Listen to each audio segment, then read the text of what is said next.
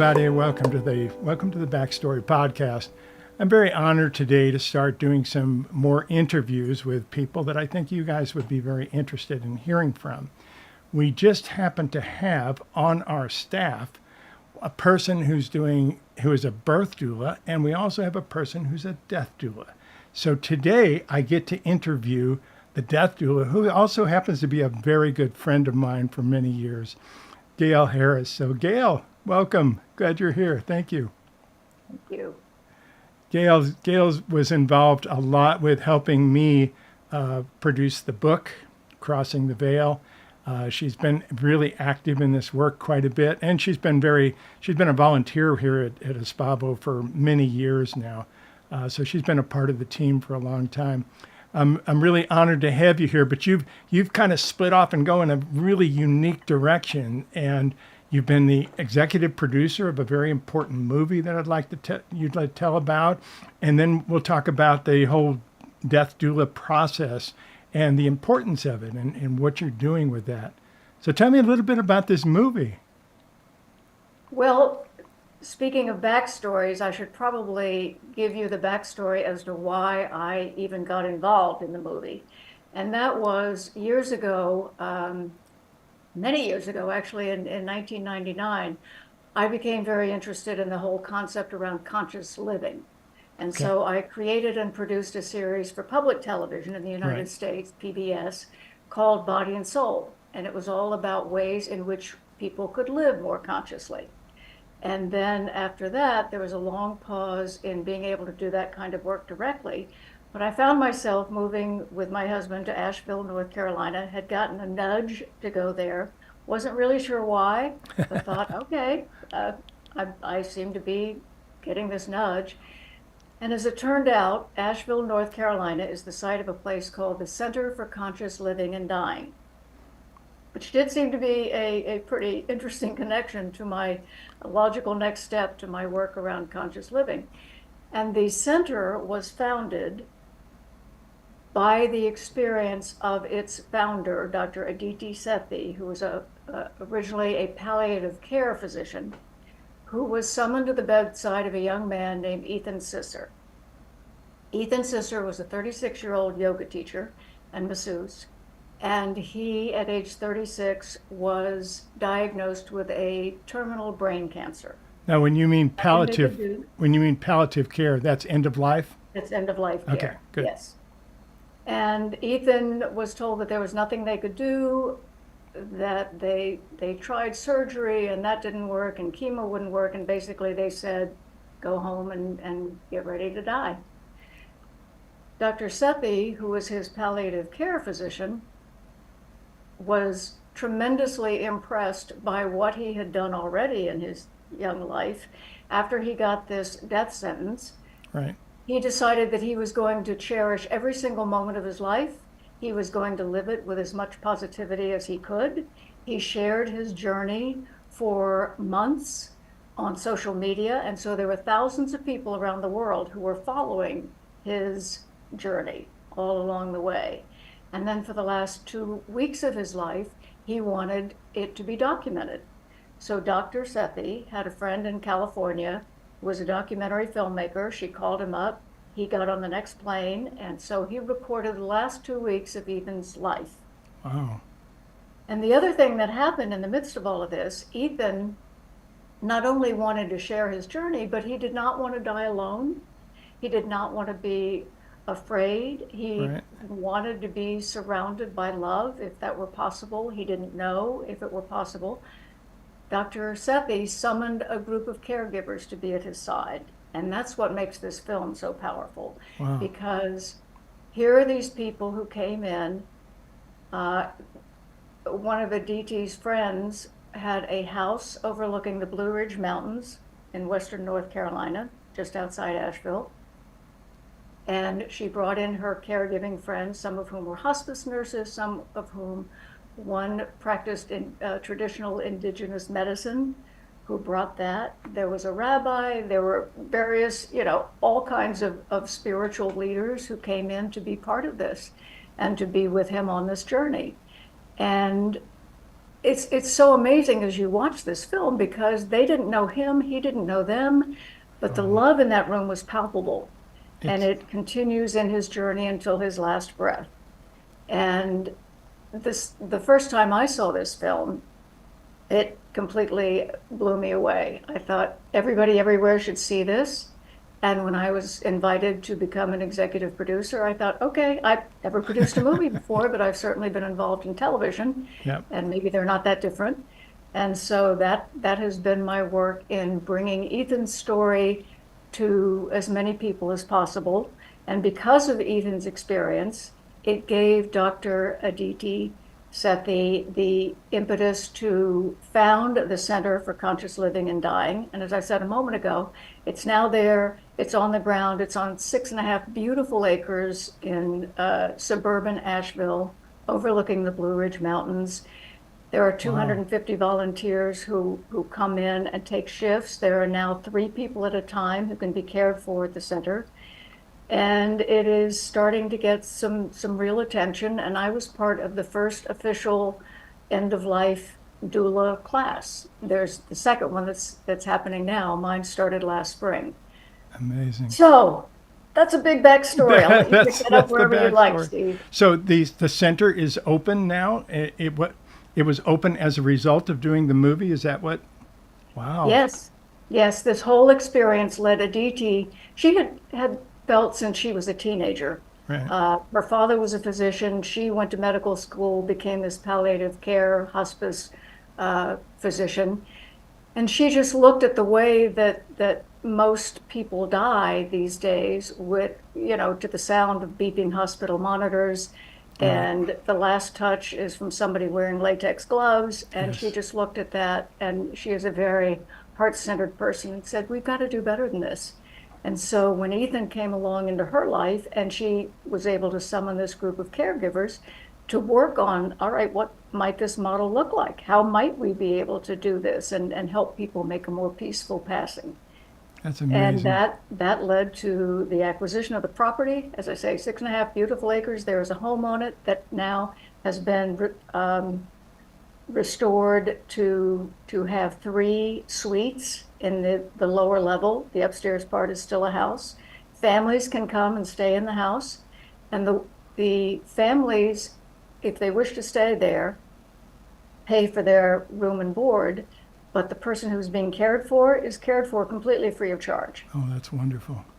And Talk and, about a new model. and the families are there. They can come and visit, or how does that work? They can be there the entire time if they Oh, wish. can they When really? I was Wow. there, the course of this end of life death doula work that I received was 10 weeks of online classes that were very intense. It was 2 hours every Monday evening from 5 to 7.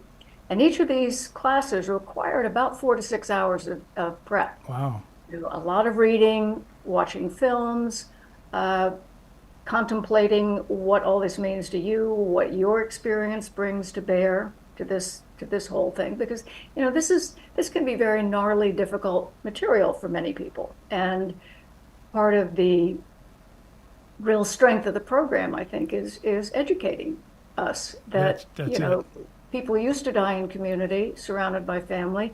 That's not so much the case anymore. And so if you are inspired to want to do this kind of work yourself or somehow become part of it, there's a base of knowledge that you need to have. So it was 10 weeks of online work with those classes, followed by a weekend retreat in which all of us Oh, who nice. had been just meeting each other over Zoom, from around the country. There were a couple of people from outside the United States, in fact, who were part of this. And everybody came together in Asheville at the center and spent 3 more intense days. And after that, the groups were divided into 3, the doula apprentices, and that was our apprenticeship. We spent 6 days of shadowing people who were doing the actual work. And so you did whatever shift. You had a chance to do a morning shift, an afternoon shift, or an evening shift. So you really got a sense of how the days kind of ebb and flow and how thoughtfully this is designed, again, dealing with a lot of different issues with families, with not just the departing person, but the families often have issues. Yeah. And you might have to broker peace among competing visions as to how Yeah. this thing should Belief go. systems, all the rest of it. Yeah. Exactly. Yeah. So there's a lot that's involved in it. And what my takeaway from it is that it was intense and it was rigorous and it was heart opening in ways that I really could not have anticipated. But am so grateful that I did it. Oh, good. Let's show the website real quick. And if you can tell people, I can't show them the URL. So if you can tell them how to get there. Sure. This is the visual that one of the very talented artists who became involved in the movie early on came up with, and I love it so much. The title of the film is The Last Ecstatic Days. It is played in film festivals, and it is also available to be shown online. If somebody would like to do a screening for their friends or people they know who are wrestling with these kinds of issues. So it is The Last Ecstatic Days Movie.com. Okay. Or just Google on The Last Ecstatic Days, Yeah, I'm sure. it came up for me right away. So I just put in the last ecstatic and it came right up. So that's perfect. Well, that Awesome. was Ethan's mantra as he went through this. What he said repeatedly to his thousands of people following him was, I am embodied, I am empowered, and I am ecstatic. Oh, And he would beautiful. always do that with a big smile. And sometimes, that smile, you could tell he was in pain. It Yeah. was not always an easy journey by any means, but he absolutely got the send off that he wanted. He was absolutely surrounded by love, and he was not afraid. Oh, that's beautiful. Well, the group has obviously talked a lot about this. That's why we ended up writing the book. And of course, my wife's death, Barbara's death, had a lot to do with bringing all this together, even though her and I had taught these courses all over the world in different places. We called them transition team trainings. The reality is it all came together, and oh man, some of these hospice workers, they have I just can't say enough about people that have a consciousness to do this. I mean, I'm sure they're doing it to make a living. I'm sure they're doing it as a job as well, but the heart energy involved in some of this is absolutely magical. And there's so much fear around death. That's the challenge about it. We get so afraid of it, and so projecting into the future and all the other crazy stuff that it gets really, really overwhelming sometimes. But if you're able to share that with anybody who's passing, the reality is you will never forget it. It will change your life, and it did mine with Barbara. Absolutely. Absolutely magical. And I have been fortunate enough to be a part of other people's passing as well. Not always that I'm there, but they call me sometimes for, sessions or just to let off some steam, and to find out what the group has to say about it. And the reality is it's such a beautiful process. It makes it difficult because we're going to miss that person, obviously. There's a lot of grieving around it. But tell me about your experience. You were able during this course. You were able to actually work with people and people's families and so forth, right? Well, the apprenticeship was absolutely that. It was hands-on. It was being there, present with the person who was about to make their transition, being with the families and helping them. It's things as simple and mundane as making sure that the sheets are clean, and Oh yeah. that they are taken care of, that their needs are being met. And that's such an important part of the work as well, is what can I do for you? And as you say, it is absolutely sacred work, and you No, it feel really it. is. You feel it just being in that environment. I have not been with any family members or anyone who was in the process as you have, Steve, but I was very curious about the process. And one of the things I wondered about in terms of the doula training was, is it possible for someone to care so completely about a total stranger that doing this work could feel life affirming instead of scary, and absolutely heartwarming? it changes you. That's one of the reasons why I'm now saying very enthusiastically to anybody who will listen, you really ought to do this training. Or if you can't do the training, at least consider that there are other ways in which we can depart the planet. Because if in fact, as I've heard, the way we depart makes a difference in the way we come back next time, That's exactly what the group says. That's it. isn't this wonderful work to be doing to Yeah. make sure that all of us are departing, say the 76 million baby boomers like me who are going to be moving on in the too. next 10, 20, 30 Yep. years, whatever. Wouldn't this be really important work to be able to make sure that that passage was loving and not scary? That's true. So that the next time, Yeah, even exactly. better. Exactly. The group says that the group talked about that, and I got to tell this to some of the people that were in the hospice and were helping us with different things. We even had a spiritual person came in. She was actually a priest. Now I've got all kinds of resistance for there. I just wanted to kind of, and she was just the most beautiful, loving person, able to talk back and forth and really connect with me, even with my resistance toward religion, toward organized religion. Absolutely fascinating. So these people really have a heart connection. And the group says, I was able to share this with them. The group actually says they are the greatest healers on the planet. But nobody knows that because all their patients die. So,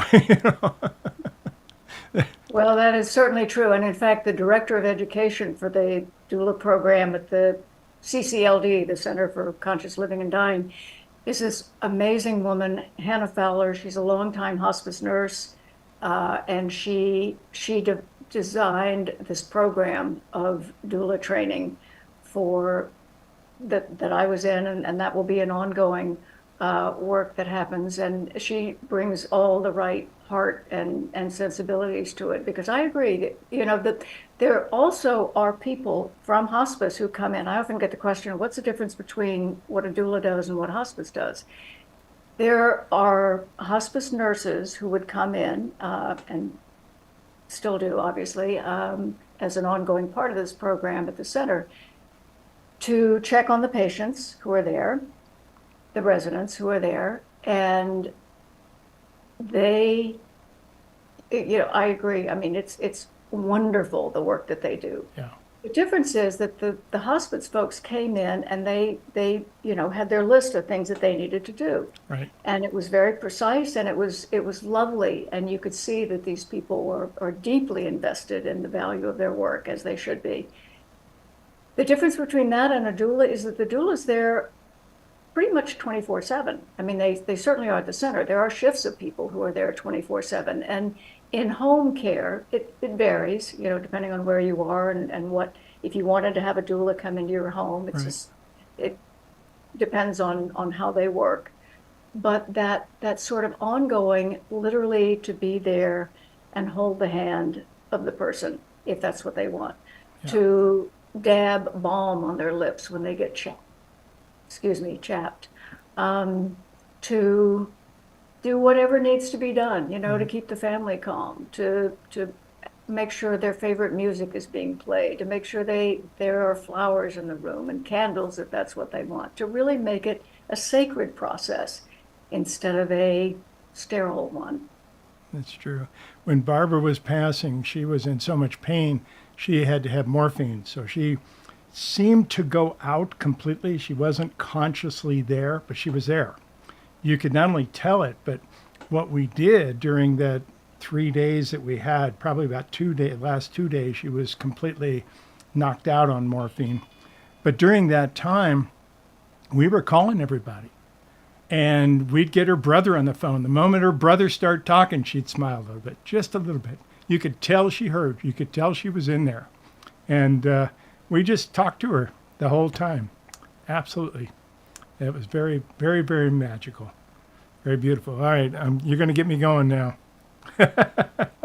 Well, and I was going to say, for those of us, it's such a shame because most of us are not raised around any of this. That's right. We don't talk about it. We're afraid of it. Crazy. We don't tell kids about it. We don't teach children about it. One day grandpa's there and the next day he's gone, and maybe nobody ever talks about him again, but they just look sad if it should come up. This is part of life. We need to be able to be more open about it and about how we approach it. And one of the traditions at the CCLD, which I so admire, if you wish, once you are in the last couple of weeks before your transition, you can have a fire lit at the center. There is a nice. fire tender. There's a whole group of volunteers who do nothing but tend this fire. The fire goes until the time that you have passed, at which point the fire is put out. And the fire itself becomes a place where families gather, Right. doula students gathered. It was a place where I would always come and check in before I was doing a shift. And there are really important, tender moments that happen around there too, because you're there with the families. Maybe you're sitting in silence together. If they want to talk, you'll listen actively. It's just a very different, heart-centered way of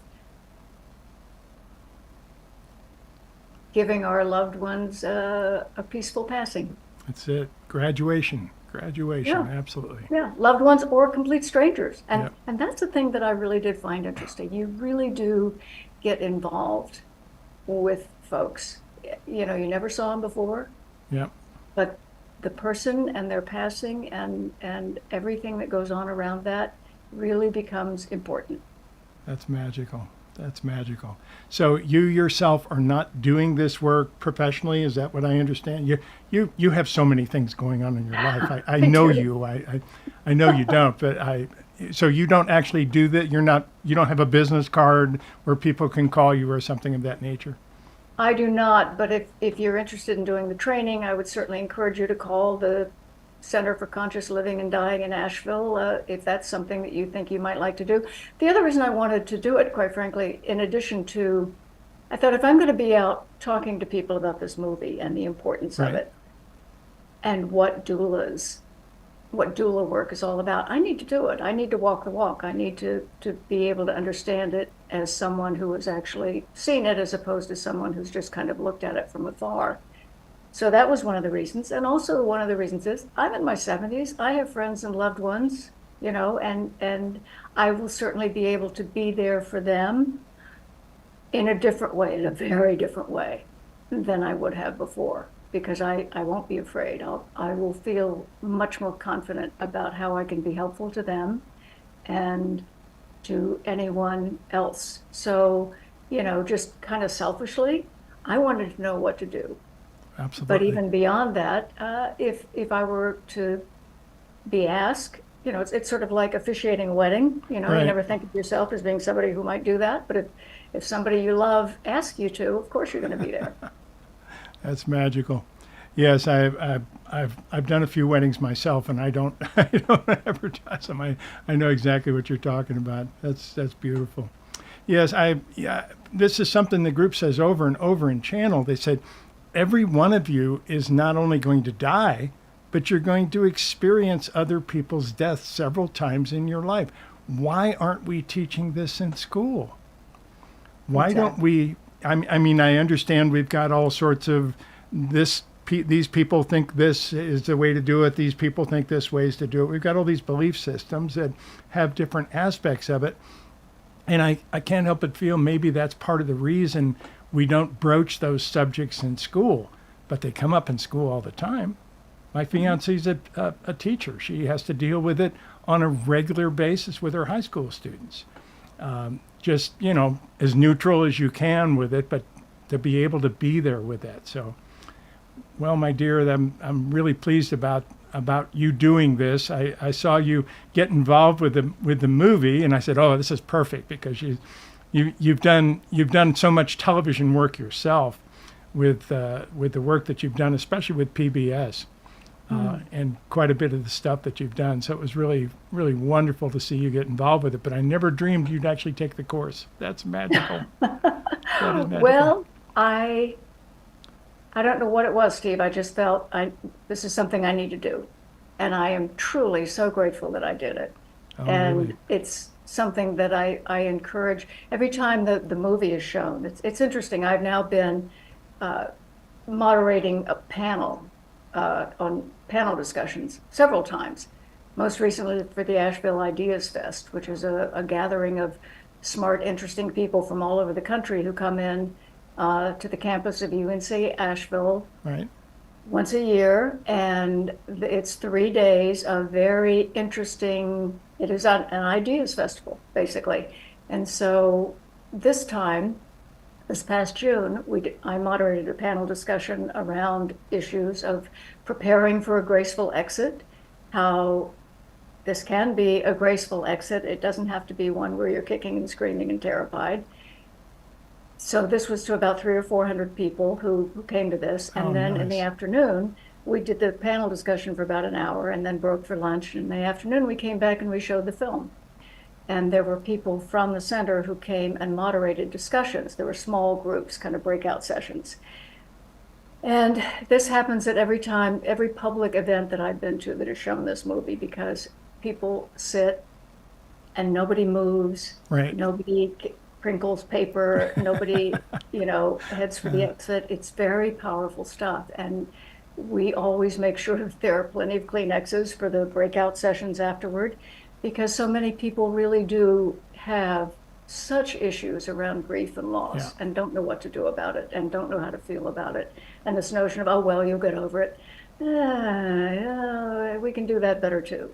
And so that's also a really important part of the center's work is let's help people deal with issues and wounds that haven't healed for them. And boy, you see them when you get a group of people in a room of just I'm sure. what the cost is emotionally when you don't deal with grief and loss. But there are better ways of handling that as well. Well, that's what we used to get a lot when we do those seminars all over the world in different places, the transition team seminars. They were people would have their own stories. So it was so beautiful because everything was validating what the group was saying. So it was really, really special to be able to do that. And you could see them starting to heal. Again, they don't always have a chance to talk about it in a safe space. So it was really magical to do that and to be able to have that space available for people. I'll probably have to do it again at some point. So Yeah, I hope you will, because I think the work that you and Barbara were doing years ago around this was really important. I think sometimes ideas have to simmer a little while. Right. There are the brave people like you and Barbara who are getting out there, who got out there to put this out there. As I look at the trajectory of ideas, and I'm a journalist, I've been a journalist for decades. Right. And so it's interesting to me to see that art go from new idea, what? No, that's ridiculous. Why would anybody think that? To, oh, well, that sounds interesting. To, well, of course, everybody knows that, Yes. right? It, So, it's moving. there, No, we're planting a lot of seeds about it, but yeah, it's there are the amazing. trailblazers, and then, I think we're inching up on the, oh, sure, well, that makes sense. Okay. Yeah, And I look forward to the day, wherever I might be at that point, of, well, yes, of course. absolutely, absolutely. Well, I think we're getting there because it's just like you said too. The baby boom generation's getting older. We're starting to leave en masse. Well, I'm not planning on leaving right away, but you never know. But the reality is, I'm not afraid of it, and that's the most important part. I've seen that happen. The group has actually shown me that we basically store. It's what they call the veil, but they say the veil isn't something you put over your face. It's actually a space. And when we come in, we leave all of our memories of previous lifetimes in that veil, and we have to go back through and integrate all the things that we did in that as we leave. And then when we come back in, we pick up where we left off. And if we left angry, if we left frustrated, if we left in fear, we've all seen angry babies. We've all seen that situation take place and many times. And although there's many aspects of that, I don't want to say that that's all one thing, but at the same time, it's we can we can help everybody move through this planet and this experience of being a human much easier if we just talk about it. You know, I'm older than my fiance. I'm quite a bit older than she is. We talk about it. We talk about when I leave, when, you know, what's going to happen. She talks about her fears about it. I talk about what I'd like to see and all the rest of it. And I really think that makes it so much easier to be able to do that and to be able to plan ahead and be able to see what they're. You know, my father, when he passed, he told us for years. He was divorced from my mother, and he played a lot of tennis. And he said, I'm going to either die on the tennis court after making a match point or in bed with a beautiful blonde. He happened to be married to a very attractive blonde, and he died on the tennis court after winning a match point. So, you know, we do get what we plan sometimes. I'd love to be able to tell that story from time to time. It's very magical. Good. Anything else? One of the things I have found so interesting about taking this course as well is that, I mean, you know me, I'm not exactly the shy retiring type, but there is clearly so much of a hunger. People want to hear this because going through it, I will now just kind of pipe up every now and again at a dinner with people that I don't really know all that well. Oh, I just finished this very interesting end-of-life doula course. Boy, that's a conversation stopper. Yeah, and then people lead in and they say, oh, tell me. And as I tell them some of these stories, they really clearly are hungering for that reassurance. Yes.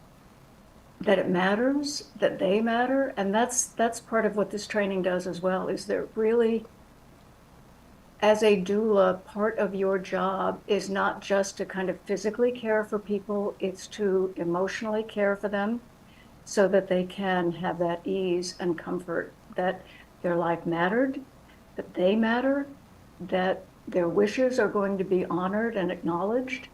And all of that is part of just a much healthier way of dealing with something that is, after all, the second other thing that every human has in common. Yes. We're all going to do it. Absolutely. We're all going to go through it, and we're going to experience other people's as well. Mm-hmm. Do you work with grieving much with the family? I know you work with them while they're going through the process. And of course, we have all sorts of grieving. Much of the grieving happens beforehand on a long-term illness before a death, whereas a sudden illness, people are dealing with it right in that moment and much later. How does that work with this organization, with what you're doing? They have a very robust grief and loss program. There are ongoing sessions at the center for people who are dealing with this. There are very specific things that they do with the families as part of the process. There are ceremonies around the person's passing. It's not just, oh, okay, next, you know. Right.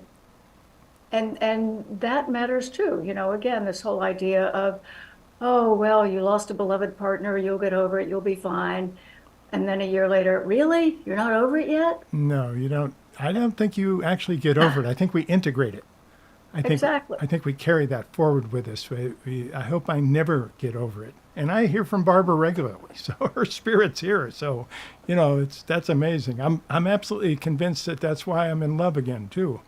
That happens all the time from my perspective. So.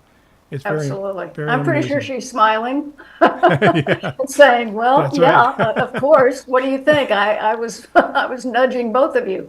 Well, we used to talk about this in those seminars, and we used to talk about that, and I always assumed I would go first. I never dreamt that she would go before me. But here we are, you know, and like I said, I see rainbows all the time, which were her signature.